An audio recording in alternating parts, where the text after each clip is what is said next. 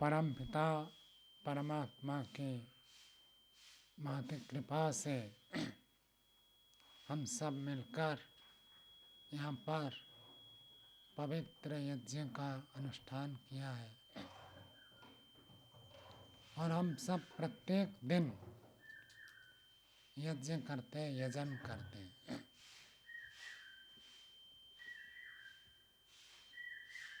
ये जो यज्ञ करते हैं इसमें हम अग्नि को प्रज्वलित करते हैं।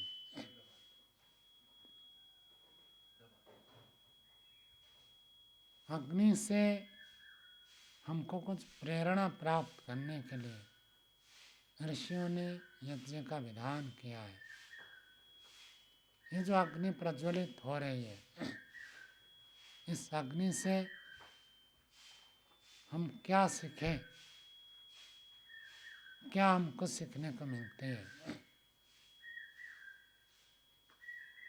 अग्नि को हम प्रज्वलित करते हैं, फिर प्रार्थना करते हैं उद्बुद्ध स्वाग्नि, हे अग्नि आप ऊपर उठो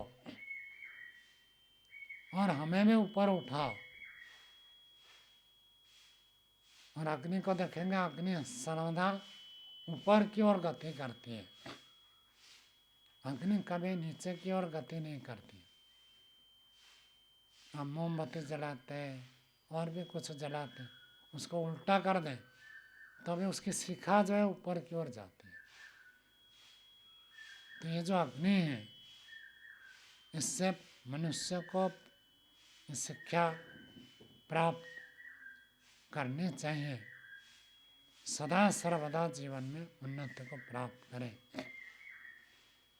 आज हम जिस स्थिति में हैं उससे और आगे और आगे और आगे हम ऊपर ऊपर बढ़ें।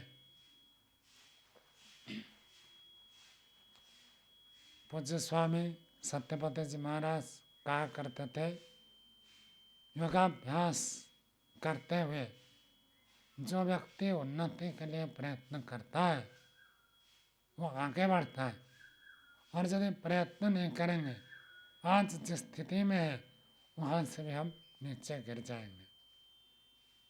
ऐसे ही जब हम अग्निहोत्र करते हैं, यज्ञ करते हैं, अग्नि की शिखा को लौ को ऊपर उठते हुए देखते हुए हमें आंतरिक रूप से संकल्प करना है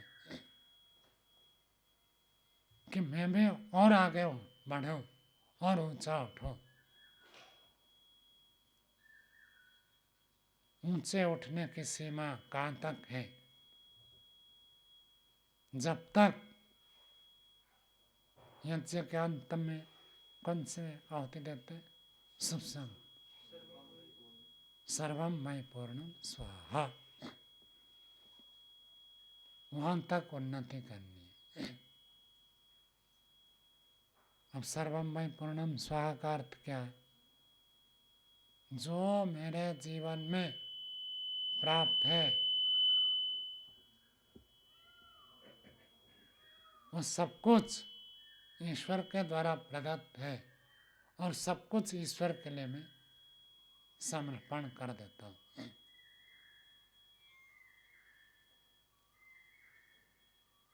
यदि हम सब कुछ ईश्वर को समर्पित कर देते हैं, मेरा कुछ भी नहीं है, ये भावना यदि आ गई तो यज्ञ हमारा पूर्ण हो गया।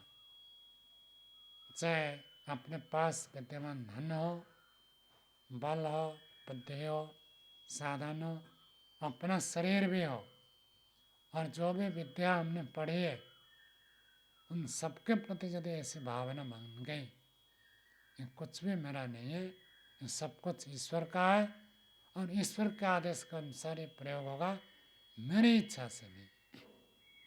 बस मैं नहीं, मेरा नहीं, ये भाव जिस दिन आ जाए उस दिन यज्ञ पूरा हो जाता है, वो यज्ञ की पूर्णा होती है। अब जब तक हमारे पास कुछ बचा हुआ है तब तक यज्ञ करना पड़ेगा। जब कुछ है हमारे पास तब त्याग करें, तब आहुति देने। जब कुछ है ही नहीं, सर्वम मय पूर्णम स्वाहा हो गया, सब कुछ मैंने ईश्वर के द्वारा संचालित इस सृष्टि यज्ञ के लिए समर्पित कर दिया। जब मेरा है ही नहीं तब तो और क्या त्याग करो। प्रार्थना करते ना, तन मन धन हो जो ओम जय जगदीश हरे, स्वामी जय जगदीश हरे। तन मन धन है सब कुछ तेरा, तो परमात्मा संतोष करते हैं। चलो एक व्यक्ति तो मिला जो कहता तन मन धन सब कुछ है तेरा, और अगले दिन वो व्यक्ति जाता फिर कहता तन मन धन सब कुछ तेरा, तो परमात्मा सोचते कि फिर कल क्या दिया था आपने,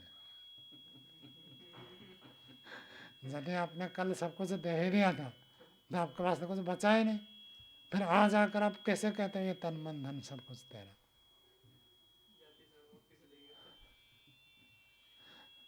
अब यदि हम कोई चीज़ किसी व्यक्ति को दे देते हैं वो तो उसका हो गया ना, फिर अगले दिन में थोड़ी कह सकता हूँ ये मेरा आप लीजिए, दे दिया तो उसका हो गया। जब परमात्मा को ये वास्तविक समर्पण नहीं है, केवल गाने के लिए कह देते हैं तन मन धन है सब कुछ तेरा। यदि सब कुछ तेरा हो गया फिर अगले दिन ये नहीं कह सकते। तो उस जीवन यज्ञ को पूर्ण करने के लिए ऋषियों ने हमको ये विधान किया है कि आहुति डालो, त्याग करो। जब तक मैं हूँ, जब तक मेरा है, तब तक जो मेरा है उसका कुछ अंश त्याग करेंगे। जब मेरा वाला विचार, मेरा वाला संस्कार पूरा हो गया तब फिर उसका यज्ञ पूरा हो जाता है। सब कुछ उन्होंने समर्पण कर दिया। ये अग्नि की सीखा है। उन्नति करते करते कहाँ तक पहुँचना है? संसार के प्रत्येक वस्तु, प्रत्येक पदार्थ, प्रत्येक व्यक्ति, ये सब कुछ ईश्वर का है, मेरा कुछ भी नहीं है, ये भावना।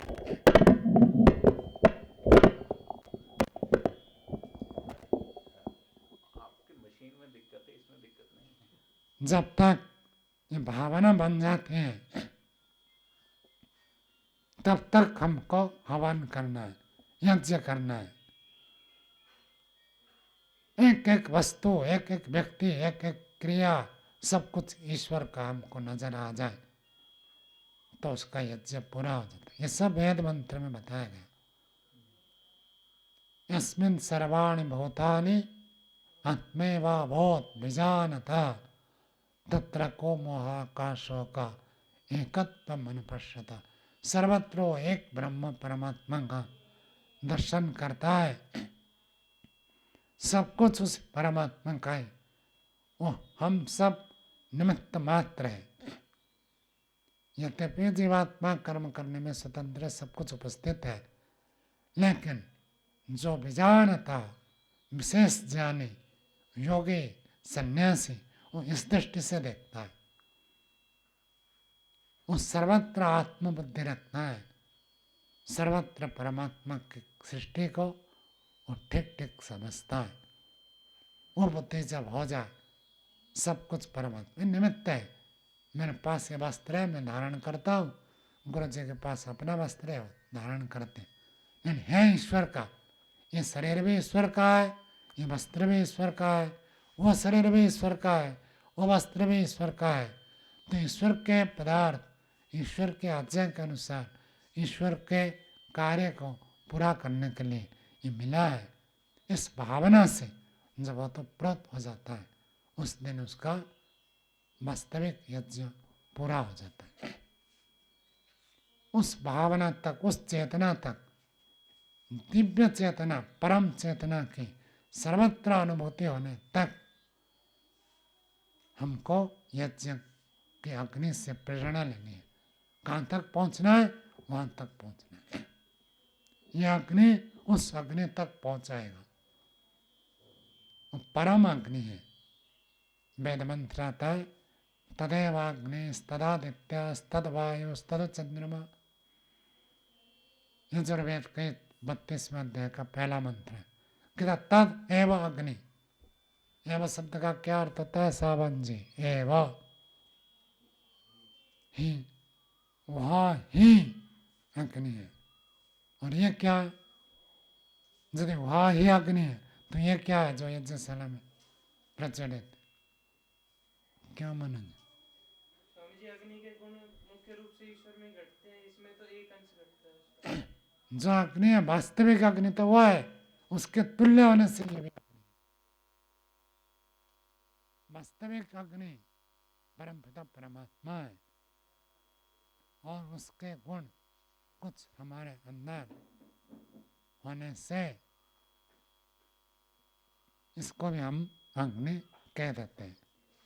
वैसे ही पिता परमात्मा वही है, वास्तविक पिता तो वही है, उस पिता के कुछ गुण होने से शरीरधारी मनुष्य को भी हम पिता कह देते हैं। ये मैं नहीं कह रहा हूं, वेद मंत्र कहता है, त्वम हीनः पिता वसो। त्वम है ईश्वर, भक्त ईश्वर से प्रार्थना करता है, तुम ही, वहां पे ही शब्द आया कि तुम ही वास्तव में पिता हो। फिर हमारे शरीर को जिसने जन्म दिया वो उस पिता का तुल्य होने से उसको भी पिता कहते हैं। वास्तविक पिता तो परमात्मा। तंग है ना पिता वसो, तंग माता, वही माता है, वही निर्माता है। माँ को तो पता भी नहीं है मेरे पेट में जो बच्चा है वो सकलांग है, विकलांग है, आँख है, अंधा है, लूला है, हाथ पैर वाला है, माँ को तो पता ही नहीं। निर्माता हुआ है, उसके तुल्य ये कुछ निर्माण करती है, इसलिए इसको माता कह देते हैं। उसके तुल्य ये कुछ पालन करते हैं, इसलिए इनको पिता कह देते हैं। वास्तविक गुरु तो वह है, हम इनको गुरु कह देते हैं। इसलिए महर्षि पतंजलि ने कहा स ऐसा पूर्व समपि गुरु, वो परम गुरु है परमात्मा।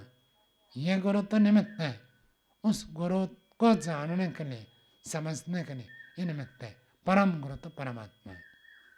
पिता भी वही है, माता भी वही है, गुरु भी वही है, अग्नि भी वही है। परमात्मा गुरु है। वेद मंत्र कहता है वेदनाथ शाश्वत स्वभाव, शाश्वत प्रजाओं के लिए जो वेद का ज्ञान दिया है वह परमात्मा ही ज्ञान प्रदाता है। उसी परमात्मा से यजुर्वेद, सामवेद, ऋग्वेद सब कुछ उत्पन्न हुआ, वही गुरु है। तो ऐसे कह दिया वही अग्नि है, तो उस परम अग्नि को जो व्यक्ति देखने लग जाता है उसका अग्निहोत्र सार्थक हो जाता है। भौतिक लाभ तो सबको प्राप्त होता है, भौतिक लाभ के साथ साथ जब हम अग्नि की शिखा से, अग्नि के लौ से, अग्नि के ज्वाला से हमें प्रेरणा प्राप्त करते हैं, मुझे उन्नति को प्राप्त करनी है। और कहाँ तक उन्नति करनी है? जब तक हमको एकत्व का ज्ञान न हो जाए, सर्वत्र परमात्मा का दर्शन न हो जाए, सब कुछ परमात्मा का बोध न हो जाए, तब तक हमको अग्नि से प्रेरणा लेनी है। समय के अनुसार आज विराम देते, पुनः चर्चा आगे करेंगे। ओम।